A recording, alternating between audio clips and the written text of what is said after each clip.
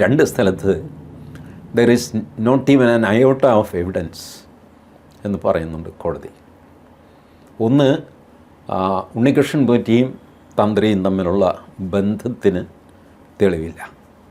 വേറൊരു കാര്യം ഞാനിപ്പോൾ ഓർക്കുന്നില്ല. എൻ്റെ വിഷയം അതല്ല. നിങ്ങൾ ഈ ഒരു തെളിവുമില്ല എന്ന് പറഞ്ഞ ആളിനെ 41 ദിവസം ജയിലിലിട്ട് വെച്ചത് ആരാ?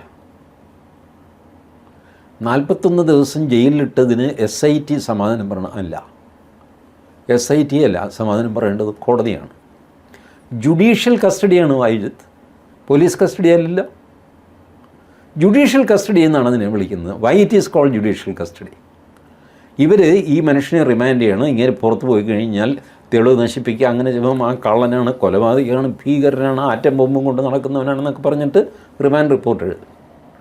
ഈ റിമാൻഡ് റിപ്പോർട്ടിൽ പ്രഥമ ദൃഷ്ട്യാ കാര്യമായ കഴമ്പുണ്ടെന്ന് തോന്നിക്കഴിഞ്ഞാൽ റിമാൻഡ് ചെയ്യും. റിമാൻഡ് ചെയ്താൽ അത് ജുഡീഷ്യൽ കസ്റ്റഡിയാണ്, കോടതിയുടെ കസ്റ്റഡി.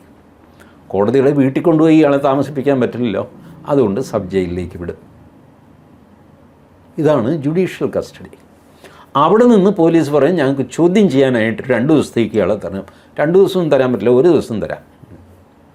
1 ദിവസത്തേക്ക് പോലീസ് കസ്റ്റഡിയിൽ വിടും. അപ്പോൾ അവർ പോലീസ് ക്ലബ്ബിലോ എവിടെയും കൊണ്ടുപോയിട്ട് ചോദ്യം ചെയ്തിട്ട് തിരിച്ച് ജയിലിൽ കൊണ്ടുവന്നാക്കും. വീണ്ടും ജുഡീഷ്യൽ കസ്റ്റഡി.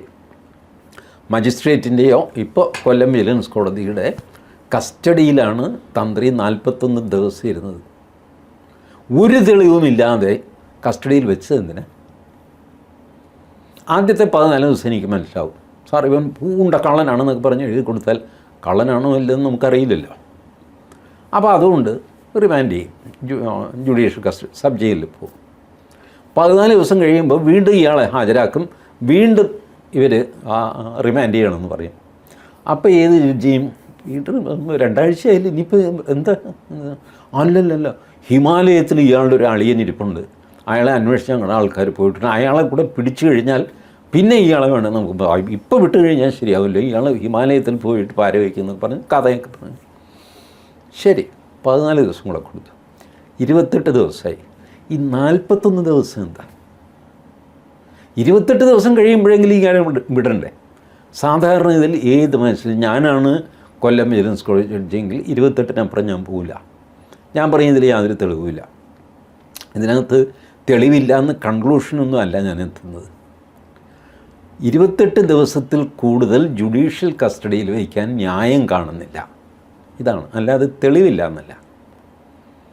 തെളിവുണ്ടാവാം, തെളിവ് മുഴുവനായിട്ടില്ലായിരിക്കാം, നിങ്ങൾക്ക് ഇനിയും ആൾക്കാരെ ചോദ്യം ചെയ്യേണ്ടി വരാം, കാര്യമൊക്കെ ശരി.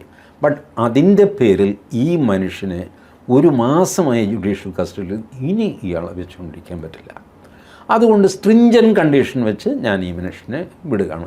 പത്തനംതിട്ട ജില്ലയിൽ കയറിപ്പോരുത്, 1-1.5 പോലീസ് സ്റ്റേഷനിൽ പോയി ഒപ്പിടണം, പാസ്പോർട്ട് സറണ്ടർ ചെയ്യണം, പാസ്പോർട്ട് ഇല്ലെങ്കിൽ ഒരു പാസ്പോർട്ട് ഉണ്ടാക്കിയിട്ട് അതുകൊണ്ടൊന്ന് സറണ്ടർ ചെയ്യണം, ഇങ്ങനെയൊക്കെ പറഞ്ഞ് കണ്ടീഷനൊക്കെ പറഞ്ഞ് ഇയാളെവിടെ സുഖമില്ലാത്ത ആളാണ്, ആണല്ലോ, 66 വയസ്സും ഒക്കെ ഉണ്ട്, ഇങ്ങനെ പറഞ്ഞു വിടാം. അല്ലാതെ ഈ മുഴുവൻ ഇതൊന്നും എഴുതി വയ്ക്കേണ്ട കാര്യമില്ല. കൊല്ലം വിജിലൻസ് കോടതി ചെയ്തിരിക്കുന്നത് തന്ത്രിയുടെ ജാമ്യാപേക്ഷ ആദ്യം പുള്ളി അങ്ങോട്ട് കോപ്പി പേസ്റ്റ് ചെയ്തു. ഇത് കഴിഞ്ഞ് SITയുടെ കൗണ്ടർ അഫിഡവിറ്റ് അത് മൊത്തം പുള്ളി കോപ്പി പേസ്റ്റ് ചെയ്തു. അപ്പോഴത്തേക്ക് പേജ് 45 മിനിറ്റായി. കാരണം ഇവരിങ്ങനെ വാദിക്കുമല്ലോ ഇഷ്ടം.